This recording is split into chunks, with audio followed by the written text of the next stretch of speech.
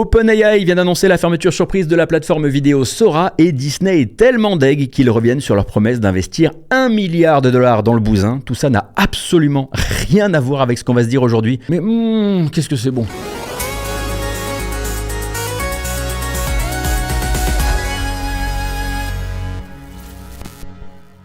Et bonjour YouTube, et bonjour les podcasts, et bonjour Twitch, bien sûr, bienvenue dans l'actu JV sur Origami. Cette semaine, je ne vais pas vous raconter d'histoire, si on met de côté la veste triple XL que vient de se prendre Sam Altman, c'est pas la grande joie du côté du jeu vidéo, l'industrie s'est encore mangé quelques bons coups de canif ces jours-ci, et c'est pas exactement ce que j'appellerais un moment de célébration. Il y en aura de meilleurs, j'en suis sûr, en plus on joue à des trucs intéressants, et nous on vous en parlera dans l'hebdo d'Origami, mais aujourd'hui, on doomscroll. C'est comme ça. Alors, normalement, j'ai quand même fait en sorte que vous ressortiez d'ici correctement au fait des dernières grosses actus industrielles notables. Et puis, voilà, il nous restera toujours les amis qu'on s'est fait en chemin, bien sûr, près de 4000 copains en ce qui nous concerne sur Origami, qui soutiennent déjà le média sur Patreon, bien sûr, et qui ne rêvent que d'une chose, bien sûr, que vous les rejoigniez du côté obscur, où on profite déjà des émissions Origami en avance, d'un joli flux de podcasts uniques et sans publicité, ainsi que d'émissions exclusives, bien sûr. Donc patreon.com/origami-media. En attendant, nous, on est là pour l'actualité du jeu vidéo. Alors, c'est parti. Bon, là, on va pas pouvoir faire autrement qu'ouvrir sur l'annonce absolument cataclysmique faite par Epic Games hier soir. Le créateur de Fortnite a décidé de licencier un peu plus de 1000 personnes dans ce qui devient le plus gros licenciement de masse de l'histoire de l'entreprise. Plus fort que les 830 têtes coupées en 2023. Alors, pour vous donner une idée, ça veut dire qu'un employé sur 5 chez Epic Games vient de perdre son job. Pour rappel, le développeur-éditeur du jeu qui occupait encore le mois dernier la première place en nombre de joueurs actifs mensuels sur PlayStation et sur Xbox. L'un des 3 jeux les plus joués de l'année, chaque année, depuis près de 10 ans désormais. Littéralement, le jeu cité par tant d'autres studios qui mettent la clé sous la porte chaque mois quand ils réalisent qu'ils ne pourront pas lui piquer la moindre part viable d'attention des joueurs. Et que blâme le communiqué publié hier par le patron d'Epic Games, Tim Sweeney, une baisse de l'engagement autour de Fortnite, un marché de plus en plus adverse selon ses dires, de plus en plus extrême.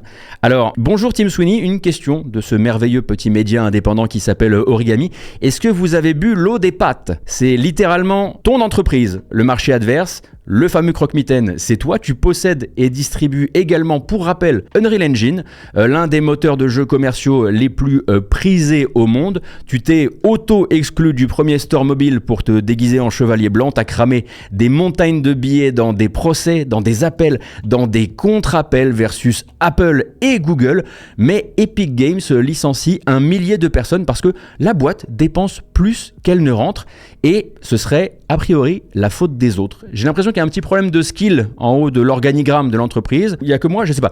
Alors, bien sûr, il y a des petites lignes à garder en tête. Le fait, par exemple, que Epic ait effectivement l'air d'avoir pas mal réembauché depuis les licenciements de 2023 pour travailler notamment sur des expériences alternatives à Fortnite qui n'ont manifestement pas trouvé leur public puisqu'elles sont débranchées. On l'a appris hier aussi, je parle de Fortnite Festival, de Rocket Racing et de Ballistic qui a un autre nom en français je crois. On comprend que ces machins-là n'ont pas fonctionné. Alors ok, un point effectivement pour le bon vieil argument du réajustement. Ils avaient réembauché beaucoup et là c'est de la régulation en soi. La question étant dans ce cas-là pourquoi t'as tant réembauché? Bref, parce que pour rappel, on se retrouve quand même dans des situations où les gens déménagent, changent de vie, etc. pour se faire remercier du jour au lendemain. Bref, ok aussi, c'est vrai, sur les conditions de licenciement proposées par Epic, qui sont largement au-dessus des standards nord-américains, entre d'un côté les 6 mois de salaire et l'encaissement en avance de bonus, de participation à l'entreprise, etc.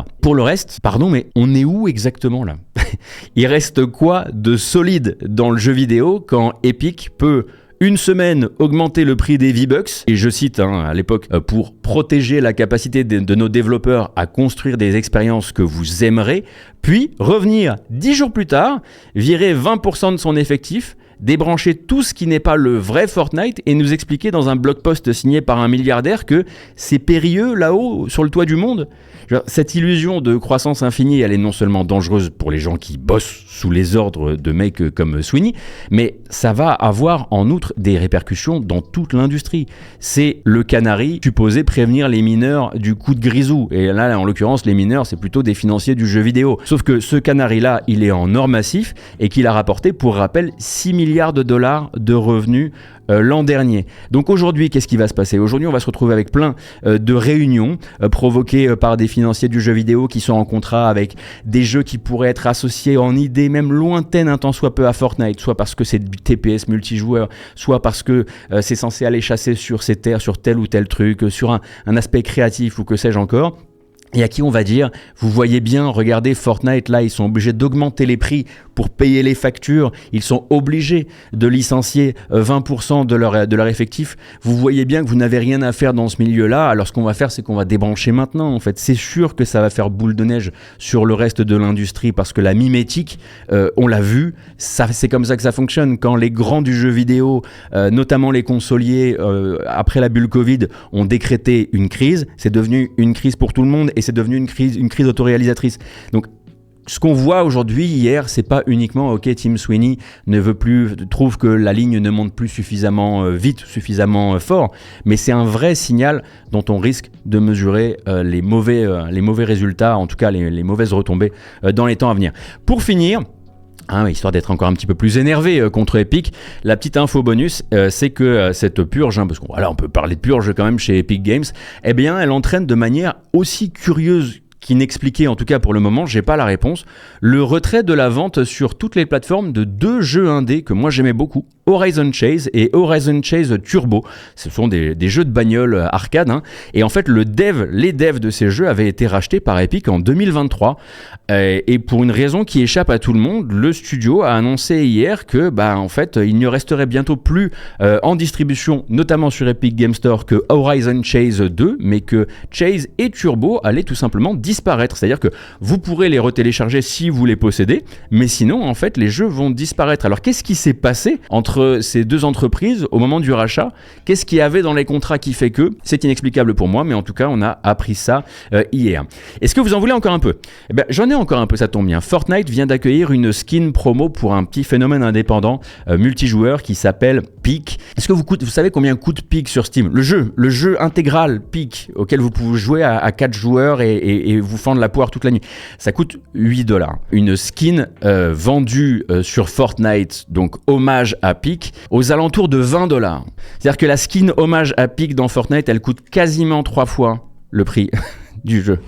L'impensable effet domino continue chez les filiales de Big Ben Interactive et de sa branche d'édition Nacon. Après la cessation de paiement de Big Ben et la demande de mise en redressement judiciaire de Nacon, ce sont 3 des plus gros studios de développement de Nacon qui sont eux aussi en cessation de paiement et qui demandent eux aussi leur placement en redressement judiciaire. Je vais arrêter de dire Nacon, on va dire Nacon.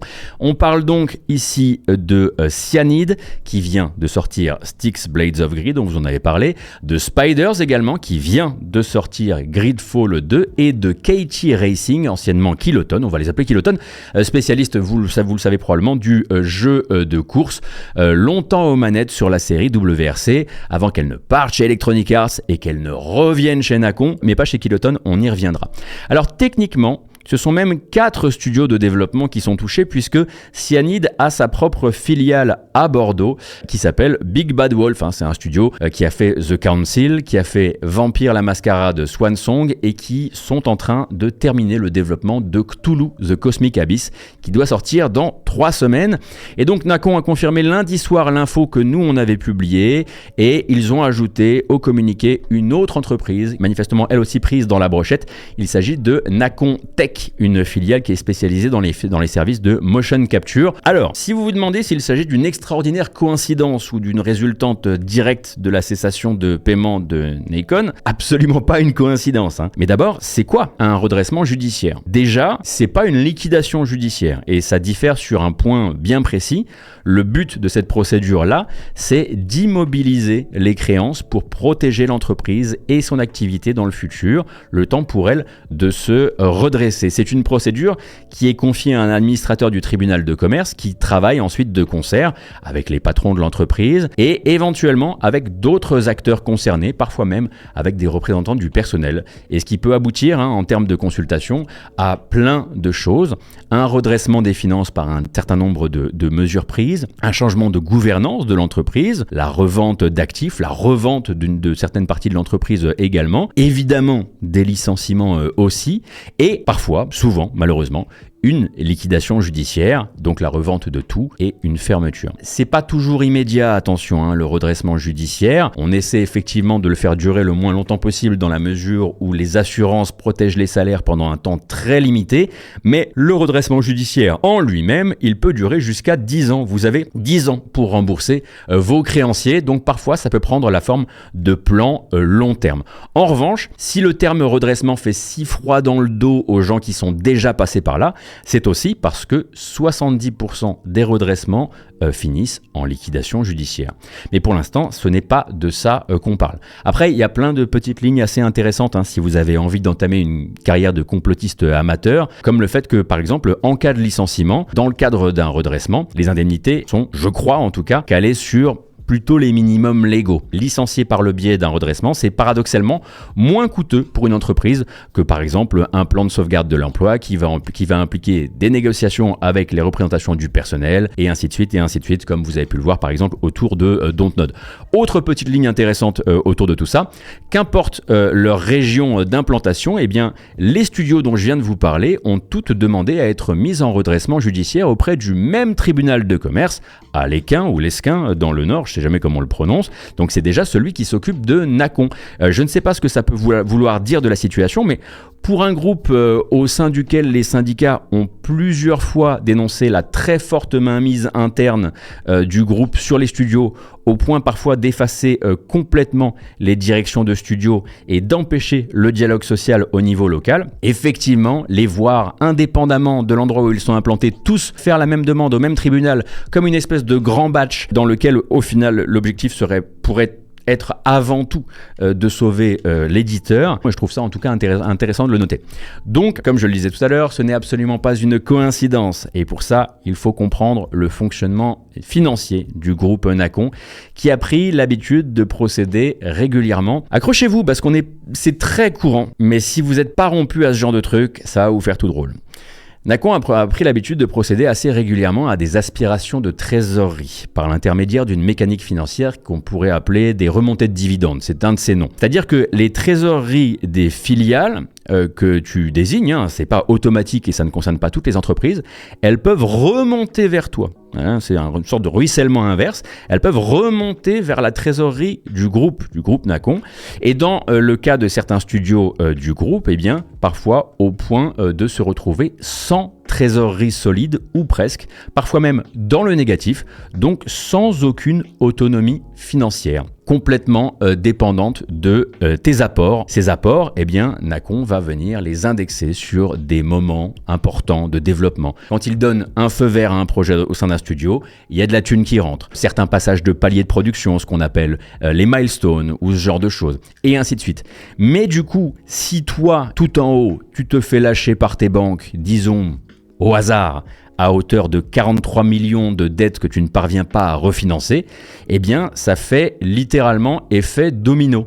T'es en cessation de paiement, tu ne peux pas non plus payer ces structures que tu as placées en situation de goutte à goutte, et c'est, de ma compréhension en tout cas, ce qui se passe pour les entreprises dont on parle aujourd'hui au sein du groupe français. On retrouve d'ailleurs une allusion à ce ruissellement inversé dans le communiqué qui a récemment été produit par le STJV, le syndicat des travailleuses du jeu vidéo, qui ne mâche d'ailleurs pas ses mots. Le dernier communiqué, je vous le mettrai l'URL dans la description, à la fois effectivement sur la situation du groupe, ils mâchent pas leurs mots là-dessus, mais aussi sur le peu de vision stratégique qui aurait été articulée par Nacon depuis cette boulimie de rachat qui a pris l'éditeur un petit peu après le Covid. Souvenez-vous, c'est là qu'il rachète Spiders, c'est là qu'il rachète Pastèque, c'est là qu'il rachète tant et tant de studios. D'ailleurs, dans le même communiqué, le STJV parle également de création sauvage de nouveaux studios, parfois dans le but de concurrencer, voire de saboter des filiales existantes.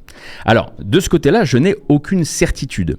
Mais de loin, j'ai quand même bien l'impression que cette mention dans le communiqué, c'est un petit missile envoyé à Grit Games, qui est un studio qui a été monté à Lyon par un ancien de Kiloton, donc de KT Racing, et qui, de ce que j'en sais, débauche pas mal d'anciens collaborateurs de chez Kiloton, en plus d'avoir récupéré, figurez-vous, la licence WRC. Pour être honnête, il y a quelques mois, j'ai même entendu parler de filtrage des syndicalistes à l'embauche là-bas, ce qui peint tout de même un tableau un peu bizarre. Donc si vous vous posiez la question de où est la licence WRC aujourd'hui, elle est effectivement revenue dans l'escarcelle de Nacon après être passée un temps chez Electronic Arts, qui n'a pas réussi à en dégager les marges nécessaires, mais elle ne retourne pas dans l'escarcelle du tout de Kiloton, alors que c'était certes des développements annualisés, donc assez désagréables et pesants sur les équipes, mais également l'assurance d'une rentrée d'argent régulière pour le studio. Et elle est partie chez un autre studio, Grit Games, qui n'a pour l'instant rien sorti, mais dont on n'entend pour l'instant pas parler dans le cadre de ce redressement judiciaire. Mais donc voilà pour la mise en redressement judiciaire de ces studios qui, en plus de leur ancienneté assez symbolique, parce que quand on dit Cyanide, quand on dit Spiders, quand on dit Kiloton, on parle littéralement du jeu vidéo français de la nuit des temps. Quelque part, moi j'ai toujours eu l'impression que ces studios étaient là. Eh bien, ils représentent également à eux seuls un bon tiers des effectifs mondiaux employés par Nacon, un peu plus de 320 personnes. Et encore, ça n'inclut pas ceux que les redressements judiciaires vont souvent invisibiliser très fort. Ce sont les prestataires. Il y a quelques semaines, pardon, excusez-moi. Par exemple, là, je vous parlais des quelques semaines de salaire garanti par les assurances pour les employés des studios qui vont être placés en redressement judiciaire. En revanche, les factures prestataires, elles sont gelées en attendant cet audit. Et ça peut faire du sacré dégât. Sachant que dans le cas de certains studios Nacon qui sont concernés là par ce redressement, le redressement va justement impliquer de trouver des manières de lancer des projets, notamment, en tout cas de stabiliser financièrement les studios sans avoir recours, sans dépenser trop. Donc sans avoir recours à ces prestataires justement, ce qui n'est plus toujours compatible, si j'ai bien compris, avec l'organisation de certains de ces studios, parce qu'elle a été refaçonnée par la maison mère pour mettre en avant toujours plus de travail externalisé. Donc voilà pour ce feuilleton un peu tragique, dont on n'a certainement pas fini d'entendre parler en France. On en reparlera quand il y aura plus de choses à dire. Nvidia DLSS 5, épisode 2, la guerre des clowns. La semaine dernière, Nvidia a continué à alimenter les discussions au sujet de la nouvelle version de sa moulinette à améliorer l'image de nos jeux vidéo. Dans mon dernier point hebdo, j'en étais resté à la version livrée par le marketing de Nvidia, à savoir celle d'un moteur de rééclairage directement connecté au moteur du jeu qui se proposait de prendre la main sur l'existant pour l'éclairer différemment, travailler les ombres et les rendus à sa manière. Et oh waouh, comme cette version n'a pas tenu la distance du tout, il n'aura fallu que quelques jours. Depuis, Nvidia a évidemment été assailli de questions venues d'un peu partout. Ils ont essayé de tenir une ligne un peu claire et cohérente, mais le vernis a craqué à une vitesse folle. Le youtubeur tech Daniel Owen est allé prendre directement attache avec le porte-parole de Nvidia spécialisé dans les sujets tech, Jacob Freeman, pour le bombarder de questions. Et puis la vidéo qu'il en a tirée de ces échanges, elle met quand même très fort en difficulté la version soutenue depuis le début par le PDG de Nvidia, Jensen Huang. Donc les réponses de Jacob Freeman, elles connectent avec l'interprétation la plus pessimiste de cette histoire. Ce nouveau niveau de traitement DLSS 5 n'utiliserait pas du tout l'intégralité des accès moteurs dont dispose le DLSS, mais travaillerait en quasi-majorité sur l'image en 2D que voit le joueur. Ça et quelques informations de mouvement, de vecteurs de mouvement. Mais à titre d'exemple, les sources lumineuses ajoutées ne sont pas informées par le positionnement des sources dans une scène 3D, au-delà de ce que le moteur voit à l'écran, sur une image 2D, sur une succession d'images 2D. Il ne se reposerait donc pas non plus sur des informations qui seraient liées aux véritables géométries en présence, bref, sur aucune information 3D, si ce n'est encore une fois celle peut-être de mouvement. DLSS 5 redessinerait ce qu'il voit, comme le fait un filtre, en interprétant une image après l'autre, ce qui est d'autant plus déroutant quand en théorie la techno a accès depuis plusieurs versions maintenant à beaucoup plus d'informations issues des moteurs de jeu, et ce je crois depuis le DLSS 3, j'imagine, quelque chose comme ça. Donc Daniel Owen ne s'est pas arrêté là, puisque cette réponse appelle une nouvelle série de questions. Si DLSS 5 est une sorte de filtre Instagram ultra puissant, comment est-ce que Nvidia compte laisser ce fameux contrôle total qu'ils promettent aux équipes de développement? Et c'est là que les choses se corsent encore un peu plus. On savait depuis la semaine dernière que les devs pourraient régler l'intensité, la colorimétrie, le contraste et demander à ce que certaines zones ne soient pas passées à ce filtre-là. La réponse revient telle qu'elle. En revanche, non seulement les contrôles tels qu'ils sont décrits ont l'air très peu profonds, vraiment quelques réglettes, mais en plus, ça a l'air de s'arrêter là, dans le sens où Jacob Freeman confesse par exemple que les devs ne peuvent pas transmettre des informations liées aux matériaux. En fait, on découvre qu'on atteint déjà la limite à ce moment-là. DLSS 5 regarderait l'image en sortie, telle qu'elle arrive sur votre moniteur, tirerait ses propres conclusions sur ça c'est tel matériau, ça c'est tel matériau, et ferait sa tambouille tout seul. Alors, remarquez quand même que j'ai essayé d'utiliser un maximum le conditionnel, parce que on a là un communicant de Nvidia qui quand même met un gigantesque chassé à la version soutenue aux médias par le patron de Nvidia. À minima, on peut dire pour l'instant que cette présentation, elle s'est très mal passée, et on imagine bien que ça bosse dur chez Nvidia pour se remettre au moins en rang serré et proposer une explication unique. Pendant ce temps-là, Jensen Huang est encore dans les colonnes de PC Gamer, je crois, à sortir des phrases qui ne veulent rien dire, mais dont le but est de mettre le plus souvent le terme 3D pour dire si c'est basé sur la 3D, c'est basé sur une scène 3D, etc., etc. Bien sûr, la pédagogie selon Nvidia, elle ne sera rien sans les gens qui iront mettre le nez là-dedans pour voir exactement quel genre de salade on nous raconte, et pour ça, il faudra donner du temps au dossier. Bon, vraiment désolé, c'est pas tout à fait terminé pour le sujet IA, c'est un peu le sujet infini du moment. Crimson Desert s'est effectivement fait prendre la main dans le pot d'IA générative en cette fin de semaine dernière. Entre ça, les prises de parole de quelques anciens devs et le studio qui, en parallèle, est en train de fêter en grande pompe les 3 millions de jeux vendus, l'ambiance est tout de même un peu spéciale. Alors, d'abord pour l'IA, de ce côté-là, il faut dire que c'était quand même allé très très vite. Le jeu de Pearl Abyss est sorti et quelques heures après, à peine, les internautes se demandaient comment certains tableaux et certains panneaux du jeu pouvaient avoir été produits autrement qu'à l'aide d'outils genre Midjourney ou Grok ou que sais-je. Alors, des sortes de peintures d'époque dans lesquelles on voit des corps de soldats qui soudain fusionnent avec des jambes de chevaux, des iconographies au style parfois très anachronique, et en tout finalement assez de détails criants et de soucis divers pour que le studio se fasse attraper la manche, puisque comme beaucoup d'autres, Pearl Abyss ne prévenait pas de ça dans les champs consacrés sur Steam. On rappelle que le champ qui a été ajouté sur Steam, c'est tu le remplis ou tu le remplis pas, mais Steam ne s'occupera pas de te remonter les bretelles si tu n'en fais pas la bonne utilisation. Ça repose sur la bonne foi. C'est finalement dimanche que le studio sud-coréen prend la parole dans un long communiqué qui reprend, grosso modo, les éléments de langage et les tournures auxquelles on est désormais un peu habitué. Je vous en sors un extrait cité. Lors du développement, certains éléments visuels 2D ont été créés dans le cadre de premières itérations à l'aide d'outils génératifs d'IA.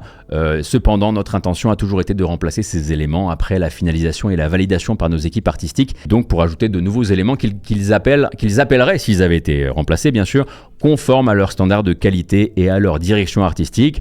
Le studio dit qu'il s'agirait donc de placeholders oubliés dans le jeu. On en a déjà parlé plein de fois. Effectivement, si tu commences à vouloir absolument générer des placeholders qui ressemblent à des trucs crédibles pour ton jeu, tu vas te mettre dans cette sauce régulièrement. Les placeholders, il fut un temps, étaient des carrés roses et tout le monde s'en portait très bien. Ils disent assumer l'entière responsabilité de cet oubli, et ils abordent aussi le fait que ne pas s'être signalé sur Steam, c'était une erreur. Ils en parlent quand même comme une erreur de communication et de transparence. Alors, la page Steam a été vite mise à jour pour expliquer à quel moment de la production Pearl Abyss utilise de l'IA générative, et le studio promet qu'un audit du contenu du jeu est en cours pour dépister tout ce qui aurait pu passer entre les mailles des filets. Alors, moins de réactions officielles du studio en revanche pour la deuxième actu. Deux développeurs, ou en tout cas 2 développeurs supposés, ont pris la parole sur Blind, qui est une plateforme anonyme qui est accessible uniquement à des personnes dont le parcours professionnel et le CV a été authentifié par la modération. Donc l'une de ces sources a déjà quitté le studio, l'autre y travaille encore. Je vous mets les bons liens dans la description bien sûr, mais il y est question de beaucoup de choses, mais surtout de la ligne de vie du jeu et de comment certaines choses, vues comme très disparates parfois, selon que vous ayez ou non des critiques vis-à-vis du jeu, eh bien se sont retrouvées un peu entassées dans le même jeu, et ce de manière un peu, on va dire, détente. Comme les îles volantes par exemple, littéralement rajoutées dans le jeu en réaction à la sortie du trailer de Tears of the Kingdom. Donc les 2 témoignages en tout cas se rejoignent au moins sur un point, celui d'une culture d'entreprise assez propice à l'auto-validation, où tous les leads sont en train de se congratuler entre eux et aussi à pas mal se moquer des autres jeux et à se dire qu'eux ils font un meilleur jeu, donc une espèce de culture du nous contre eux que je comprends pas trop, mais bref, et où en fait le moindre truc cool aperçu dans un trailer, cool visuellement, doit absolument être ajouté à Crimson Desert, et une fois qu'il est ajouté, alors il est considéré au sein du studio que le jeu est plus cool désormais, même si le feeling du truc qui a été ajouté n'est pas bon et qu'il faudrait commencer à travailler, même si ça fait imploser le plan de contrôle du jeu, si vous voyez ce que je veux dire. Si vous jouez à Crimson Desert, vous voyez bien qu'il se passe quelque chose sur la manette, on nous l'a jamais fait utiliser comme ça. Bref, en tout cas, je ne serais pas surpris qu'une plus grosse enquête voie le jour à un moment du côté de chez Jason Schreier, parce que voilà, c'est le genre de sujet qu'il aime bien, ce genre d'histoire de jeu méga hypé dont la sortie va finalement générer des discussions beaucoup plus nuancées. Alors moi je vous en parle là parce que ça fait partie de l'actu, ça veut pas dire que je veux pas parler du jeu, je suis en train d'y jouer tout doucement à mon rythme, etc. Il se trouve qu'on n'a pas eu accès au jeu en avance. Là, je dois dire que sur le début, c'était un peu compliqué. Et j'y allais sans aucune attente. C'est-à-dire que je fais pas partie des gens qui étaient là genre oui, mais moi je pensais que ce serait ceci, cela. Non. Ok, tu me dis c'est très beau, tu vas te perdre, let's go. Normalement, tu parles mon langage. Le début, c'est pas évident, Cliff McDuff. Bon, je vais malheureusement vous demander de vous installer dans le toboggan du licenciaton avec cette semaine un parcours relativement sans surprise au niveau des boîtes concernées, quoique. Bon d'abord, dans le pas surprenant, Crystal Dynamics continue à licencier. Alors oui, c'est une véritable hémorragie à ce niveau-là, c'est la 5e vague de licenciements en moins de 2 ans chez le développeur américain. Toujours quelques dizaines de personnes par quelques dizaines de personnes. La dernière fois, c'était il y a 4 mois, une trentaine de personnes. Officiellement, le studio travaille toujours sur le double projet Tomb Raider. Ils aident sur le remake du premier qui doit sortir cette année. Et ils travaillent surtout sur le nouvel épisode à sortir l'année prochaine.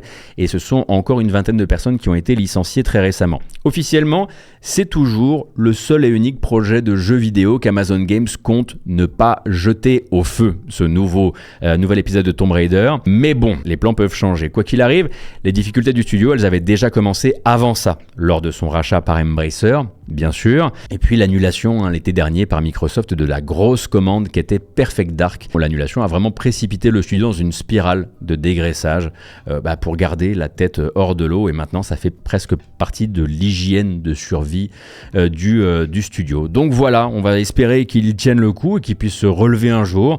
Effectivement, il faudrait pouvoir avoir pu s'extraire, je pense, de chez Embracer à temps. Je vous le rappelle, vous appartenez à Embracer. A priori, on va pas vous aider à trouver des projets. A priori, c'est « Ah, t'es là, toi !» il va falloir que tu justifies ta présence maintenant. Je t'ai racheté ? Oh, pardon, j'avais pas vu. J'en ai racheté tellement. Parfait.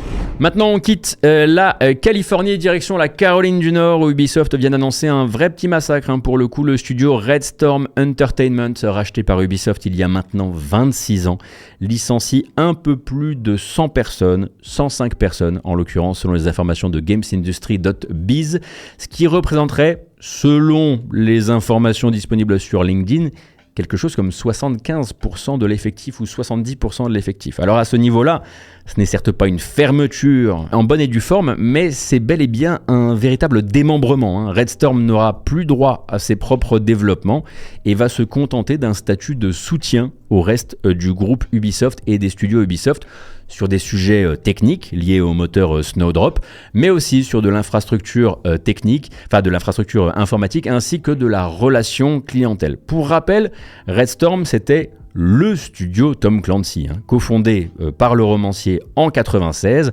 passé par pas mal de jeux militaro-militaires au cours des dernières décennies, et récemment mis sur des projets, on va dire, un peu alternatifs pour Ubisoft. Les jeux réalité virtuelle Splinter Cell et Assassin's Creed, The Division Heartland, donc pas mal de projets annulés par le siège au fil des années. L'effectif du studio va certainement passer sous la 50aine de personnes, tel qu'on l'imagine, et on est donc, comme je le disais, sur un petit massacre, mais Ubisoft ne procède pas à l'exécution du studio, ce qui me rappelle et me donne l'occasion de rappeler, encore une fois, cette fameuse légende urbaine que j'aimerais un jour pouvoir confirmer ou infirmer une bonne fois pour toutes, l'histoire selon laquelle Ubisoft aurait obtenu le plein contrôle de la licence Tom Clancy en payant pas très cher la licence, mais en s'engageant à ne jamais fermer Red Storm. Alors voilà, si vous voulez enfiler un petit chapeau en aluminium avec moi, il y a toujours cette lointaine théorie qui flotte parfois sur internet et je la trouve à minima très intrigante, atypique, mais je pense pas que ce soit vraiment vrai. Et enfin, terminons en beauté avec PlayStation, dont on a appris hier par l'intermédiaire de Bloomberg qu'ils allégeaient encore la voilure. Une 50aine d'emplois vont être supprimés dans la fameuse division mobile sur laquelle a voulu miser plusieurs fois PlayStation. Il y a encore quelques années, mais aujourd'hui on n'en entend plus trop parler. Et un PlayStation Studio dont la fondation avait été repérée l'an dernier, mais jamais officialisée par PlayStation, eh bien, il ferme déjà. Il s'agit de Dark Outlaw Games, un studio first party fondé par un vétéran de la licence Call of Duty qui s'appelle Jason Blundell, à qui on attribue souvent le rôle d'instigateur du mode zombie dans la série Call of Duty. Alors tout ça c'est très bizarre parce que Blundell il bossait déjà avant ça pour Sony sur un jeu d'action chez Deviation Games, qui n'était pas un studio PlayStation mais qui était un studio externe sous contrat PlayStation. Et lui avait vite quitté le navire après la signature entre Deviation et PlayStation, et le studio s'était mis à licencier en masse assez vite, et puis on avait compris qu'ils avaient perdu leur financement et leur contrat auprès de PlayStation autour de 2024 quand le studio a fermé pour de bon. Et puis quand la fondation de Dark Outlaw Games par Jason Blundell a été remarquée, on a vu pas mal d'anciens de Deviation y réapparaître comme par magie. Ça donnait un peu l'impression d'une possible pirouette / manigance entre Blundell et Sony pour laisser certains éléments de Deviation Games en arrière. Vous avez vu, aujourd'hui je suis très conspi, il faut rester avec moi. Enfin bref, tout ça pour dire que Dark Outlaw Games n'a pas tenu le choc plus d'1 an, en tout cas depuis son existence médiatique officielle, et que Jason Blundell ainsi que son équipe, dont on ne connaît pas encore le volume d'effectifs pour l'instant, se retrouvent sur le carreau. Alors je ne sais pas s'il aime les jeux de rallye, mais si jamais, j'ai entendu dire qu'il y avait de belles pirouettes à réaliser autour de la licence WRC. Oh là là, j'ai réussi à faire boucler toute mon émission sur le même thème. Allez, let's go, petit chapeau en alu. Bon, on va pas faire secret de ce qui vient de se passer, c'était une émission de merde. Enfin, en termes vraiment de volume de merde, on a rarement fait aussi puissant. Et ça fait des années qu'on bosse... au contact de ces sujets. Mais encore, il y avait un semblant d'équilibre à trouver au début de la semaine, mais depuis tout ce qui s'est passé effectivement sur la journée d'hier, compliqué effectivement là de vous proposer une émission où je j'aurais dit regardez, il y a ce petit jeu assez cool qui a été annoncé du côté de chez Devolver. Ça, on aura l'occasion de le faire dans d'autres formats. Ici, on parle effectivement des faits d'actu, surtout des faits d'actu industriels. Mais il nous reste effectivement ce plaisir, celui d'imaginer Sam Altman se demandant comment il va se démerder sans le milliard de dollars de Disney. Alors on va pas filer le rôle de gentil à Disney pour autant, mais ça va être mon doudou pour cette semaine. J'ai décidé que ce serait ça et j'ai l'impression que je ne suis pas seul, en tout cas à lire le chat. Donc Sora, c'est terminé. Après quoi, 3 ou 4 mois et Disney s'en va. Probablement avant même d'avoir filé un bout de la thune. Ah, c'est bien. Là-dessus, moi, je vais vous laisser et vous donner rendez-vous. Alors, je l'espère, dans l'hebdo d'Origami de cette semaine, mais en ce moment, c'est pas mal mouvant, c'est pas mal sport, etc. En tout cas, merci beaucoup d'avoir été là. Si vous appréciez ce traitement de l'actu, bien qu'il ne soit pas le plus fun et le plus célébrant de la grande fête aux jeux vidéo, ma foi, patreon.com/origamimedia, mais mes collègues font d'autres choses beaucoup plus joyeuses, vous le savez. Vous avez Super Vieux Jeux, vous avez les Quad Vieux, l'actualité du rétro gaming et du néo-rétro. Ça se passe sur notre chaîne YouTube aussi. On vient de sortir un entretien entre Lucie Ronfaux, notre journaliste, et Flavie Fallet qui vient d'écrire un essai sur le travail dans l'industrie du jeu vidéo qui s'intitule Travail vidéoludique, travail idyllique? Point d'interrogation. Elles en parlent toutes les deux et elles parlent des relations effectivement entre jeux vidéo et travail et passion bien sûr. N'hésitez pas à regarder ça, c'est dispo depuis hier. Et puis il y a un wishlist qui arrive là forcément pour vous faire un petit peu l'article des prochaines sorties à retenir et à mettre de côté du côté du jeu vidéo indépendant. J'ai l'impression que vous avez de quoi faire et ça c'est même pas en citant toutes les exclusivités réservées aux gens qui nous soutiennent sur Patreon. Merci, prenez grand soin de vous et à très bientôt. Salut.